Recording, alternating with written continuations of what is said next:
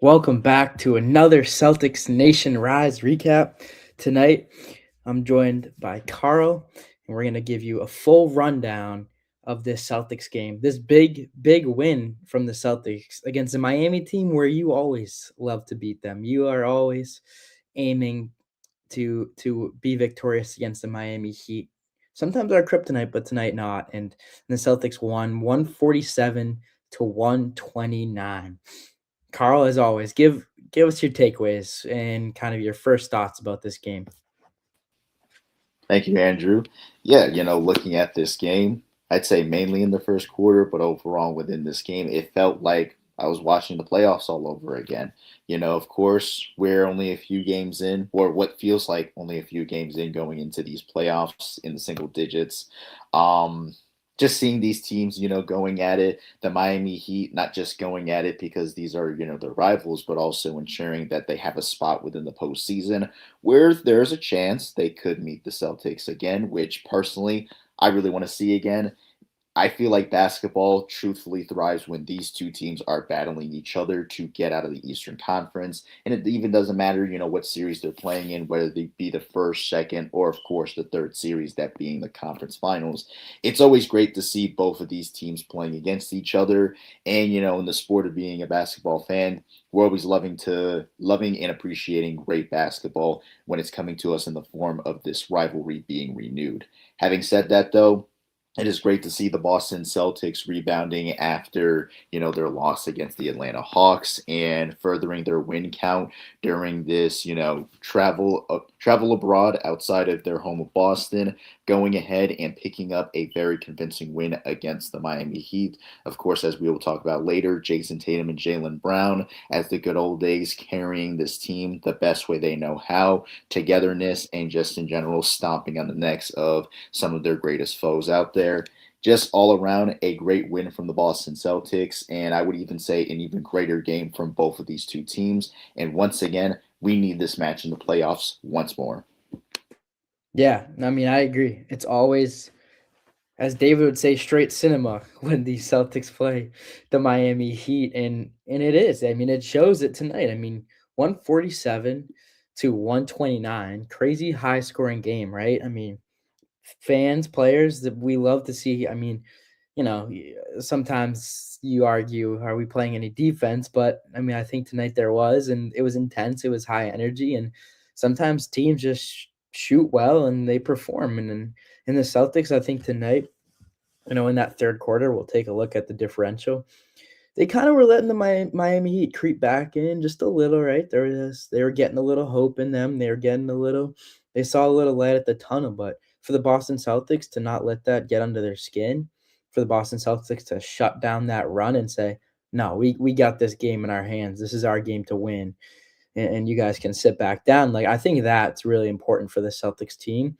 Just the ability to face adversity, not worry about it, and continue pushing forward. Like, that's super important, and I'm glad to see that. I think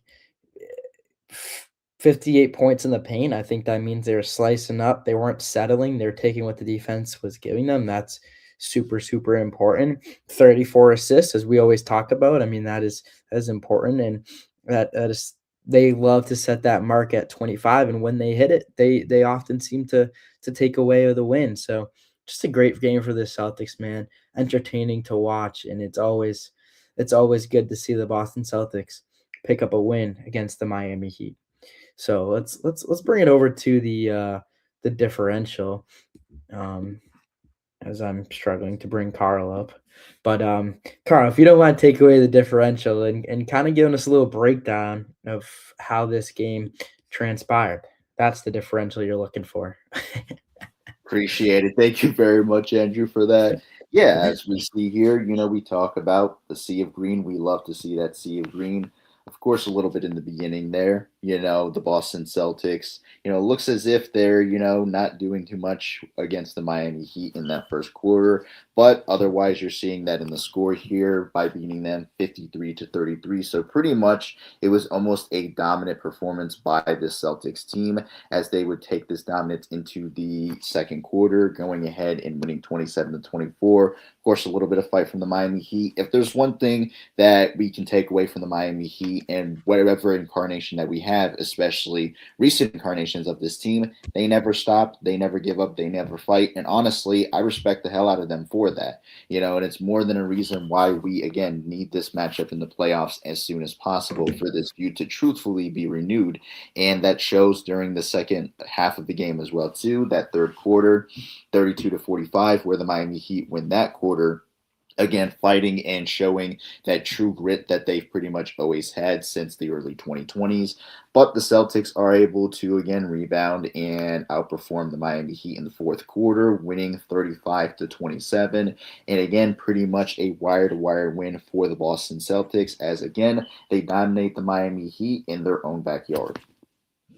Right. I mean, yeah. I mean, it's a great game by the Celtics, but I mean, also a fight from Miami. And I think whenever you got, I mean, we talk about it ad nauseum, and I think he is a winning coach. He is a talented coach, Eric Spoelstra. I mean, when you have him at the helm, more often than not, you're gonna be in these games. And tonight they still were. Like, there was still a glimmer of hope, and there was still a fight, and it's the Celtics couldn't really take a break, right? They had to keep going. They had to keep pushing. Like, there was no stop. I mean, Jalen Brown and these guys played all the way until the final minutes of the game, right? So I mean, you couldn't just throw in your kind of your end of your bench and just hope for a win. Like, you had to, everyone was playing, everyone was having meaningful minutes, making sure that they sustain the lead. And that's what the Miami Heat are going to give you. They're going to give you that type of competitive contest.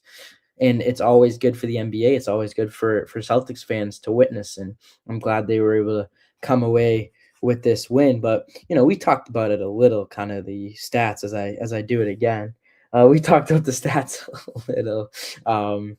But yeah, I mean, really big time, 34 assists compared to 27, as we talked about. And Carl, I know you mentioned it pregame, recap. The turnovers, like, how important is that tonight, right? Absolutely. I feel like with this Boston Celtics team, incredibly important. Important not just because, it's easy to just lose the ball out there and stuff. And I can't remember exactly where we place in turnovers for the season. We actually placed first, believe it or not. Oh, No, like first, like least amount. Okay. You scared me there for a second. No, that's not bad. No. But no, you're okay. Thank you Yeah, for that, least though. amount, which is kind of crazy to think about. I don't know why. Like, I'd like to see the months lined up, like towards the end of the season. I'd be Right. interested to see, because I feel like we have had a slight increase in turnovers. But hey, I mean, maybe the numbers don't lie. We're the first and least amount of turnovers, so that's big time, and it just goes to show. But once again, response, right? You had a bunch of turnovers last game. Okay, now this game we're gonna limit our turnovers. We're gonna take care of the ball even more. So, oh, here we go, ladies and gentlemen, the Right birthday here. boy, Griffin Aldrich. Hey. Hey, I Yeah, appreciate man. you How was guys. your dinner? Oh, it was good. I tell you, I'm stuffed, but I'm even more ecstatic that the Celtics won today on my birthday. So, gotta give it up for them. Yeah. What are your takeaways, Griffin? Did you get a chance to watch anything? You're looking at stats. Like, what do you say? What Oh, do you think? shout out Real. I really hope they sponsor us someday. I gotta tell you what, I love Real. But I was watching the game. 80 first half points is nuts. Like, for one. Mhm. 80 first half points, and then Jalen Brown taking the game over into his own hands like usual. I love it, and I'm excited to just witness Andrew hosting tonight. I'm excited. I get to kind of kick my feet back up, and I'm excited for this absolute cinema. You guys are the best crew ever. Shout out to Carl and Andrew. AJQ Photos and the Cage Express. Go check them out, you Oh, guys. thanks, bro. Thanks, bro. Don't kick your feet back too much, though. I'm still gonna keep you on your toes, all right, Griffin? Yeah, Got you, got you. Nah, I'm just kidding. Best of I'm luck, just man. kidding. I'm just kidding. We'll let you chill out. But I'm gonna go into the players just real quick.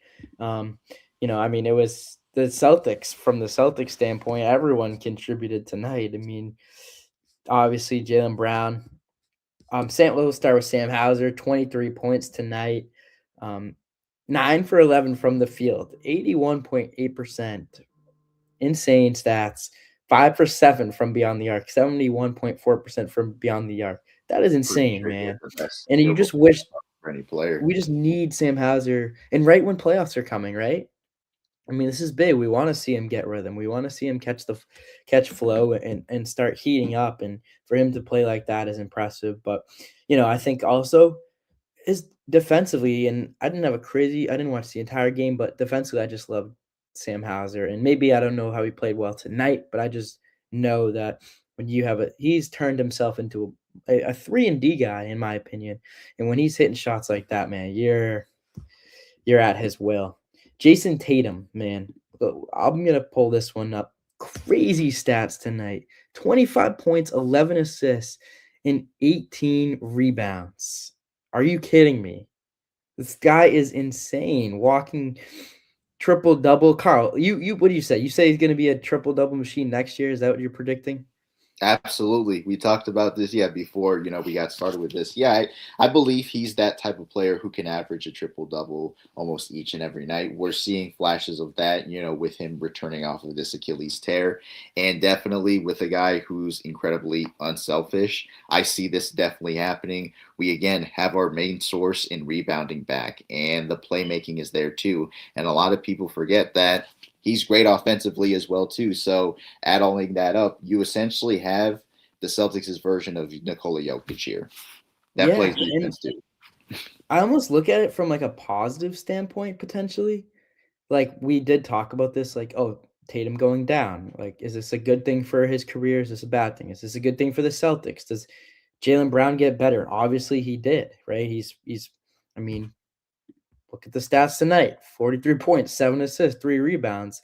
And I almost was wondering, it's almost as if like it's not to say that Jaylen Brown has that number one role. I don't know what Griffin just did there, but I'm just can I say something really quick, Andrew? yeah. Yeah. I'm just blown away. Who are we gonna go with for CNR MVP? I mean, Yeah, I sorry, know. and I don't mean to like throw this off topic or anything, but I'm just blown away because the other night, against the Hawks, we came on here after and was like, all right, there wasn't enough guys that picked it up, but you have 1, 2, 3, 4, 5 guys in 6 guys in double figures right there. And And close enough to 7. Sharman's 2 points off. I know what a team win. It's like, who do you Yeah. even vote for CNR MVP? Sorry, I And didn't mean to get off we topic. I was talked about it last night with the Hawks, right? Like, let's make sure they come back strong. Let's make sure they respond to the loss, and they did in a convincing fashion. And that's what you want to see with the team. You're going to get smacked in the face sometimes. You're going to have problems, but to respond, to be resilient, and then to go get a win, like that's super important. And the Celtics clearly did that. But kind of what I was saying earlier about Jaylen Brown and Tatum, that duo, it's almost like Jaylen Brown is is made for that number one scoring option, like go get buckets. And then you get Tatum who can facilitate and rebound and score points. Like, I don't know, maybe this is working out better than we thought. I'm not saying I think they're number one options both in their own right. Like that's not a debate. But Tatum almost has this kind of it's off his shoulders where now he can contribute in so many other avenues of the game. And it's interesting to me. So very, very, very, very cool to think about. Peyton Pritchard, 14 points, Luka Garza in 12. And that really rounds the bench. We didn't even get a chance to see Ron Harper Jr., Tanji, Amari Williams, though, which is sad. And I was talking to Carl about that too, Griffin. It's like when you play the Miami Heat, you always have to stand your toes. So unfortunate that they didn't get to play. But Carl, do you want to take away the Miami Heat stats real quick, if you don't mind? Absolutely. Let me just get these pulled up for you. Yeah, so for the Miami Heat, of course, as usual, Bam Adebayo was the one leading. This time, no 83 points here, just 29 points with 10 rebounds on nearly 50% in shooting. Got to credit Bam for continuing to lead this team in the best way he knows how, even with them, being, of course, without Jimmy Butler for, over a year now. Then you have Mitchell here, who I would say probably very underrated guard, just in general, very underrated player, deserves a lot more attention. 21 points, 7 assists on 53% in shooting. That's somebody that you had to look out for, always escaping and finding some room to shoot some type of three anywhere and everywhere. Then we have both Larson and Hero putting up 18 points. Larson ends with nearly 54% in shooting, along with Hero putting up 33% in shooting. And then you have Jaime Jaquez Jr. also putting up a double-double of 17 points and 10 rebounds on 44% in shooting. Wiggins doesn't play too bad, 13 points on 57% in shooting, and pretty much everyone else from Ware to Fontecchio. Smith didn't really have any points, but those other two that I had mentioned, single digits in points. Other than that, that's your score for the Miami Heat for tonight. Yo, and I have to say something really quick too. Because this is my perspective on. I want to go back to what Andrew was saying on Brown and Tatum really quick. Like, you think you have a better version of Brown this year because how he shifted himself and how he's shifted into the player he is now. And you think, you guys mentioned the triple double machine and Jason Tatum, and he's just going to get even better with a full off season. That's why I don't think my take is too absurd from the other night. Can you even have two front runners for MVP even on the same team next year? It's like, because Jaylen Brown is getting mentions, and you think you give Tatum a full off season to finally work on his game and everything, because he didn't get a full off season like the other guys. He was rehabbing from an injury, which is even harder than having an off season trying to perfect your game and just see what can I add on to my game to become a better player. He was like from essentially, like injured to like, all right, look, now I have to build myself back up to where I left off. So when he gets a full off season and you have Brown and Tatum, oh my gosh, the league better be scared next year. The league better be scared, you guys. I tell you what. But yeah, Andrew, sorry, I didn't mean to take the spot. Great take, dude. Great take. I mean, I think right now, really where we're at is we've covered the players, we've covered the stats, and now we have to face the dilemma with the amount of players that are in the running for MVP, right? I mean, this is insane. But let's bring it back to everyone so we can decide this. Griffin, what do you think? Oh, geez, don't start off with me, you guys. Carl, what do you think? Carl, hold on, Carl. I'm switching it up. I can't do it, you guys. I can't do it yet. I don't blame you. And before I start, just in general, great job from the Boston Celtics taking care of the ball and getting under in turnovers compared to the Miami Heat. Just really good to see this Boston Celtics team again rebounding from their prior loss against the Atlanta Hawks and going ahead to beat their rivals in the Heat here. Having said that, in leading the charge for tonight's victory, I'm going to give this to Jaylen Brown. I feel like Jason Tatum definitely deserves his credit, and if you guys were to go for him, honestly, would not be opposed to that considering the game he's had. And I say, again, flashes of him essentially being our version of Nikola Jokic, just with more defense. Jaylen Brown was pretty much in what they call the flow state, playing out of his mind, playing as if, he has something to prove again. I feel like this is similar to what Jaylen Brown was playing like during the 2024 championship run, essentially proving that he can lead the team without, having to, I guess, be given that assignment with Tatum, of course, not being there or being there, so on and so forth.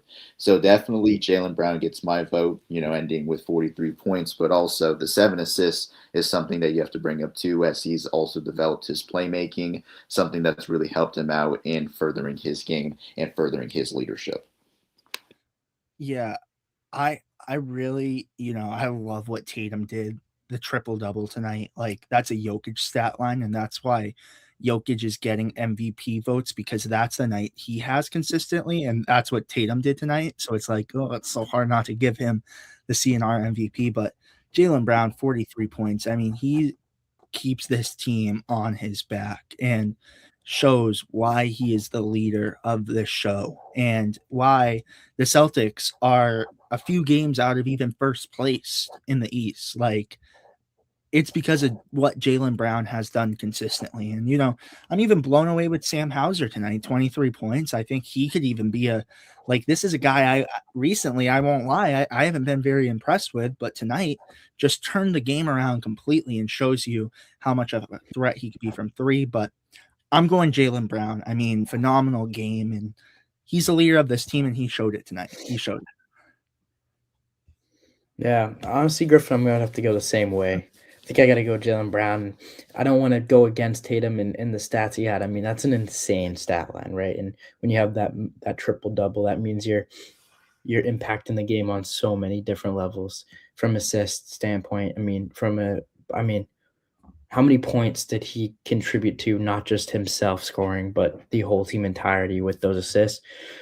But for me, it's been the Jalen Brown season, man. It's been he's got the ticket. He's carried this team. He's delivered them to so many different wins. And once again, a 43-point game, scoring the ball consistently, just playing at such a high, efficient level with such confidence in himself and the team around him. I mean, right now it's in his hands right now at this moment, and I got to give him another MVP just because of how talented he has been and just so deserving throughout the entire year. And I want to give, and sounds biased, but he deserves as many as possible because he's the MVP, and maybe he might not get it for the league, but he deserves it here. Yeah, he gets your CNR MVP at least this year, because this makes him at 17 now, like 17 CNR MVPs. I mean, Tatum had 25 last year, but you look at it, it's like if Tatum didn't have a good night, this team was probably losing a lot of the time. You know, like Tatum had the load of the team on his back last year, and now you're kind of seeing a whole, like, Jaylen Brown just affects the game in so many ways that he doesn't even need to be scoring for the Celtics to win, but he's carried this team on his shoulders, whether it be his leadership, what he's doing in the community, or whatever. You know, Jaylen Brown has led this team. But I have to say, too, you know, it with Tatum, like, I very much respect rebounds, and I think us at Celtics Nation Rise really respect rebounds. Like, we look at this stat line. I mean, you look, we've given Hugo Gonzalez and Neemias Queta a CNR MVP just because how high the rebounds are. So it's so hard to deny it. But Jaylen Brown and what he did tonight gets it. I'll go over here really quick, Andrew. So what you guys ready for some final thoughts? You guys ready for some final thoughts? A little short night, fun night. Yeah, let's do it. Fun night. Yeah. I mean, dude, this team is. I'm saying it. They're hitting their stride at the right time of the season, right? That's what everyone preaches on. You want to start peaking come playoff time when it really matters the most. And it just seems to me that when Tatum came back was the perfect timing. It's giving him the absolute best opportunity to fully come into his own and be the player that he is or that he was. And tonight, honestly, we see that, and it's only getting better. And that's really important. Now you have Jaylen Brown just dominating at such a high level. I'd argue he's playing some of the best basketball he has all season.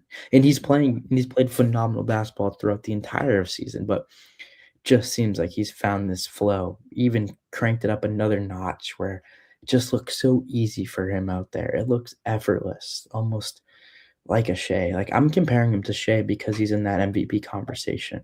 Like, he's just so dominant. He's so understanding of where he is on the court, what gets him his points, and he doesn't stray from it. Like, he has a counter to your counter. Like, it's just so impressive. And then you just have the supporting cast just every day. I think we talked about this. Like, oh, are there enough consistent guys on the coming off the bench? And I think so. I think guys step up when they need to step up, and we've seen that this season. And honestly, I've been talking about, like, oh, are we going to shorten our bench? Are we going to kind of play, you know, not as many guys? Honestly, screw it. Let's play this whole team. Let's just keep riding with how we're doing. Like, let's play the bench. Let's go 11, 12 deep and just friggin' ride and just see what happens. Like, I'd rather go that way than cut some of these guys off, because their impact is just it's off the charts, and you got to give every single one of these guys a chance at least to find rhythm and play in these playoffs. Yeah. What you got, Carl? Absolutely. What else can you really say about this team? They have been, again, exceeding expectations and more. And it doesn't just show within this win or in the last few wins, but just in general, how they have been playing collectively together, with out Jason Tatum for the majority of the season, and now with him, figuring out ways to really adjust him back into the game and have him be involved in more important and crucial, ways. There's again going to be a lot of people saying that the Celtics did not need Jason Tatum to return, you know, and that's of course being proven false. We really need him, if we really want to do, more this season. And we've been doing great, fantastic. We've been resilient and fighting the hardest fight we've ever fought, since I don't even know how long. This is a Boston Celtics team to look back on the next 10, 20, 30, 40 years and be extremely proud of. This is the type of team you want to tell your kids about. You want to tell your grandkids about, the kids that you're coaching. You know what I mean? That's how, resilient this team is. That's how motivational and inspirational this team is. Unselfish. Unselfish, yes. Yes. And it is doesn't just stop with Jason Tatum, exemplifying that. Jaylen Brown as well. And of course, your other pieces in Derek White, Sam Hauser, Hugo Gonzalez, Luka Garza, Joe Mazzulla, everybody looking to bring, again, the best out of each other, working together, and all around just being the best that they can be. Yeah. You guys blow me away with your final thoughts every night. It's like, geez, you guys just are getting me so fired up for the playoffs and just ready to go. I tell you what. Yeah, this Celtics team, I think we're ready for playoffs. We were talking last recap, we were like, all right, these are like the dog days of the NBA. It's just like we're just waiting for playoffs, but now it's like bring me playoffs. Like this Celtics team, it's like last game, it was kind of rough, but now tonight, 80 first half points, like what? And then you see the outcome of this game. Again, I agree with what you said, Andrew and Carl, as you guys were talking about earlier. I would have loved to see Amari and all of them play because, again, there were opportunities for them to. But again, big win. It's always against the Miami Heat. I love it. I love it. Anything else though you guys have before we close out? Go Celtics, man. Go Celtics. Go Celtics. I wanted to say thank you guys all for the happy birthday wishes. Appreciate you all. And big shout out to Andrew for that graphic. You blew me away with it this morning. I gotta say, you blew me away. And just it's the least I can do. Great day. I appreciate you. I appreciate you guys. And shout out to the Boston Celtics. Make sure to come check out our podcast tomorrow, as you guys won't want to miss episode 94 as we're creeping up to 100. But we will see you guys with the next one. Thank you guys for watching. Peace, you guys. Later. Peace.